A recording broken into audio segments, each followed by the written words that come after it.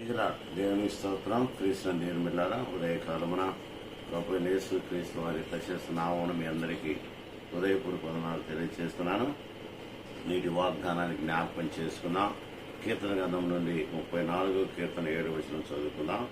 యెహోవా యందు భయభక్తులు కలిగి యెహోవా యందు భయభక్తులు కలవారి చుట్టూ ఆయన దూత కావలి ఉండి వారిని రక్షించును. యెహోవా యందు భయభక్తులు కలవారి చుట్టూ దేవుని దూతలు కావలిగా ఉండి వారిని రక్షిస్తున్న విషయాన్ని మనం జ్ఞాపకం చేసుకున్నాం. కాబట్టి దైవ భయం కలిగిన వారి ఈ దేవుడు శ్రేష్టమైన ఆశీర్వాదాలు కృపావరం కుమ్మరిస్తారని దేవుడికి జ్ఞాపకం చేసుకున్నాం. కీర్తన గ్రంథం నుండి 128వ కీర్తన మనం గమనిస్తే, నీవు ధనుడవు, నీకు మేలు కలుగును, నీ లోగటి నీ భార్య ఫలించే ద్రాక్షవలి వలి ఉండును, నీ భోజనం పట్టు చుట్టూ నీ పిల్లలు ఒలీవ మొక్కలు. ఎవరంటే యెహోవా యందు భయభక్తుల వాడిలాగు ఆశీర్వదించుకునే లేఖనం చూస్తున్నాం.